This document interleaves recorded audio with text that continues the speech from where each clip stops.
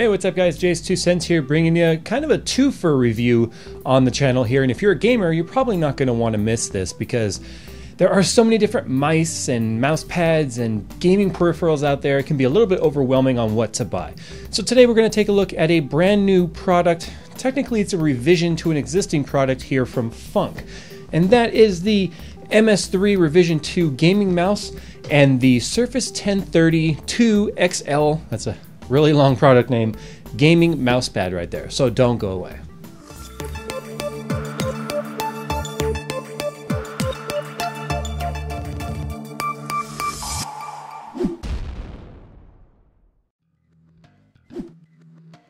Okay, so here's the packaging right here. I do like the packaging that FUNC comes with. It's kind of funky, if that makes any sense at all. But they have listed right here on the package, as you can see, R2. This is a revision 2. It's an update to an existing product. It has a 10 million cycle Omron switch, or switches. It's got an improved cable. I'm not sure what was wrong with the old cable. I never looked at the old one.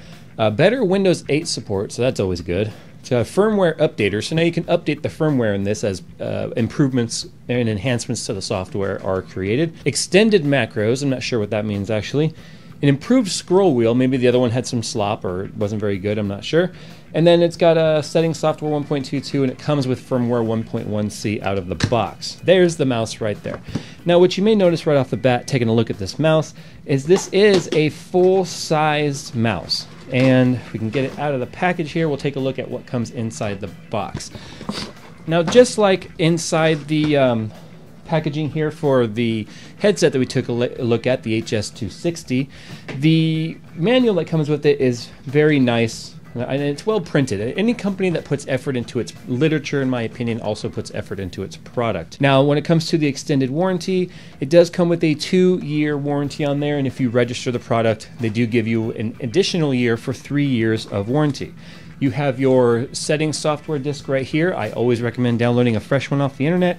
And then it also shows you here how to install the driverless mouse. Just a little bit of a kind of a quick start guide right there. Okay, but enough about that. Let's go ahead and look at the mouse itself.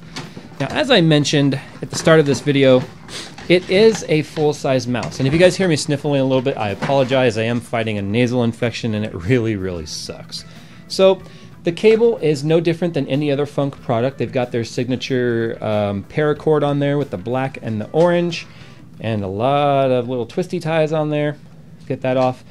And it is a fairly decent length cord. I can't quite get my arms entirely stretched out, which is good. But here is the shape of the mouse right here. Kind of has like a sort of like a bat wing look to it. But it's designed to have a placement for all of your fingers. Your thumb, your ring finger, as well as your pinky. So it is a full-size mouse. It's not a claw or anything like that. So if you're used to small claw type mouse, this may not be your thing. Now you can see on here that it does have a scroll wheel that's rubberized. It's very, very smooth and I like that. But you have quite a few buttons on here. You have a button here that goes under your thumb. You have a button here for the tip of your thumb. You have forward and back buttons right there that can be set up based on macros. But you also have on-the-fly DPI adjustments with these two buttons here and an LED strip that lights up in the middle to show you basically where you are in the DPI settings. There's also an LED that I believe lights up inside the scroll wheel. We'll check that when we plug it in. The only reason I say that is because the picture behind me, as you can see, shows an orange scroll wheel where mine clearly is not. So you also have a profile switcher right here that you can use to switch the profiles of your mouse so that you can set up different macros for different games. And you can do that on the fly. Now the feet, there are feet on the bottom, the sides, and the front of the mouse. Now the sensor on here, I think it's a 9400 DPI. Let me check that real quick.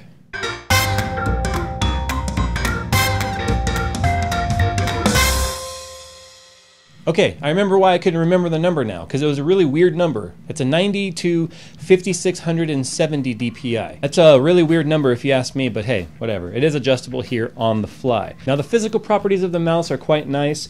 It is a rubberized mouse on here, so it's a nice solid grip. So if you get sweaty hands, you can maintain control of your mouse. It does have a max acceleration of 30G, and what I do like is included in the software are the adjustable settings. Not only DPI, but you also have lift of sensor control on there, so you can control how sensitive the mouse is to movement when it's off of the surface. That way you can make it so if you move it barely off the surface, it stops moving, which is what a lot of people like if you're having to do something on the mouse pad where you're having to lift up and move like this, kind of like flying in Battlefield. If you do a jet or something and use the mouse, it'd be very similar to that. So you can get better movements rather than having the mouse pick up the sensor at a distance and still move side to side with you when you're off the mouse pad. That's extremely annoying. So when it comes to the mouse though, I do like the mouse overall. I'm not really more of a full-size mouse guy like this. I don't really care much to have a place to put my pinky, but it is comfortable. In fact, time will tell on how much I use this mouse when it comes to, you know, hardcore gaming or shooters or stuff like that. Now, if you're an MMO player, you might want more buttons, but, you know, either way, it probably will suit your taste. Now, as I mentioned, this is a twofer, so we're going to take a quick look here at the Surface 1032 XL. This mouse pad packaging is probably the nicest for any mouse pad I've ever seen. You flip it open, you have a nice foam protection on here. You have a felt lining. You got this little orangey lifter thingamabobber there, and then you have the mouse pad right here. Now, it does have a rubber base on there, so you can see this popped right out of there because it's a two-sided mouse pad. So this is not going to move around on you because it's got these rubber feet and it's not going to go anywhere at all. But you do have, these are not my style of mouse pad actually, and I let them know that at CES. This is a very gritty feel to it.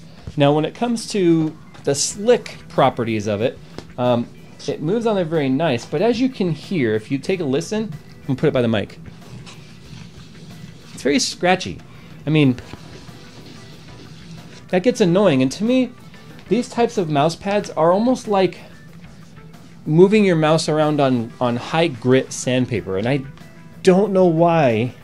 I honestly don't know why they go with this route. I am a cloth mouse pad guy for life. I love the neoprene mouse pads, and I even like the rubber mouse pad like here from CM Storm because these wear down over time. You'll start to get, on the more gritty side, you'll start to get smooth patches where you're constantly moving. So you're going to start having different types of texture on the mouse pad based on where you spend most of your time putting your mouse.